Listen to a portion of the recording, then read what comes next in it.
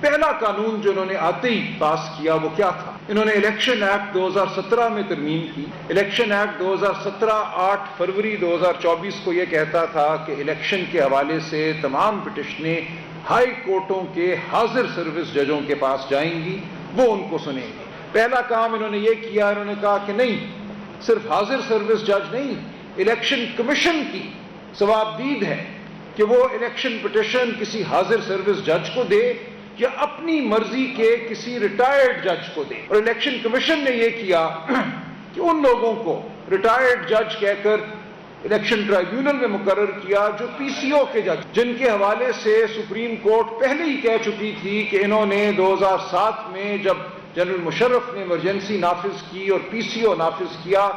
اس پی سی او کے تحت حلف لے کر جو لوگ جج بنے تھے، جن کے جج بننے کو سپریم کورٹ نے 2009 میں کالعدم قرار دیا اور کہہ دیا تھا کہ یہ لوگ اپنے نام کے ساتھ جسٹس کبھی نہیں لکھیں گے، یہ ایک دن کے لیے بھی قانونی طور پر جج نہیں تھے، ان کو الیکشن کمیشن نے چن چن کر الیکشن ٹرائیبیونل کا جج مقرر کیا۔ تو ہماری پٹیشنیں، میری پٹیشن بشمول اس قسم کے ججوں کے پاس، تو آپ خود ہی دیکھ لیجئے کہ اس نظام کے اندر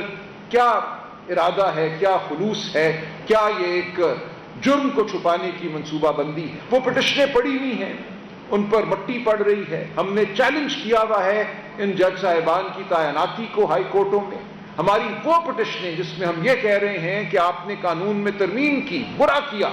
لیکن اس ترمیم شدہ قانون کے مطابق بھی آپ ایک پی سی او جج کو جج مان کر الیکشن ٹرائیبیونل میں مقرر نہیں کر سکتے۔ اب 2 سال ہو گئے ہیں، ہماری ان پٹیشنوں کو سننے کا وقت نہیں مل رہا ہائی کورٹوں کو، اور جو پٹیشنیں وہ سنتے ہیں، کیا سنتے ہیں؟ یہ اوتھ کمشنر کا دستخط مدھم ہے، یہ مہر ٹھیک نہیں لگی، اس کے اوپر 95% پٹیشنیں جو دائر کی گئی تھی ان کو صرف اس تکنیکی بنیاد پہ خارج کر دیا گیا ہے کہ اوتھ کمشنر کا ایفیڈیوٹ کے اوپر جو دستخط ہے وہ ٹھیک نہیں ہے یا کوئی اور بات۔ جو حقائق ہیں، جو